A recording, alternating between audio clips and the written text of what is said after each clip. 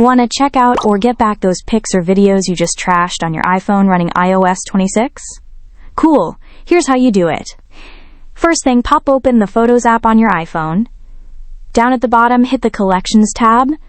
Scroll down till you see the Utility section. For a quicker jump, tap the 3 dots in the corner and choose Collapse All. It makes it way easier to get to Utilities. Now tap on Utilities and slide into the Deleted option. Hit View Album. Right here, your iPhone's going to ask for Face ID, Touch ID, or your passcode. Gotta confirm it's you. Inside, you'll see all the photos and videos you just deleted. If you're trying to bring some back, tap, select in the top right corner, pick the photo or video you want. Then hit that More icon, choose Recover, and boom, those files bounce right back into your Photos app under Library.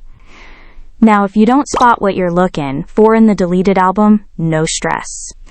I got another tutorial that breaks down how to recover and using an iCloud backup if you had that on, or even from a Mac backup. You can check that out in the description. And that's pretty much it for this video. If it helped you out, make sure to like, share, and subscribe to Free Tech Guide so you don't miss more smart little tips and tricks.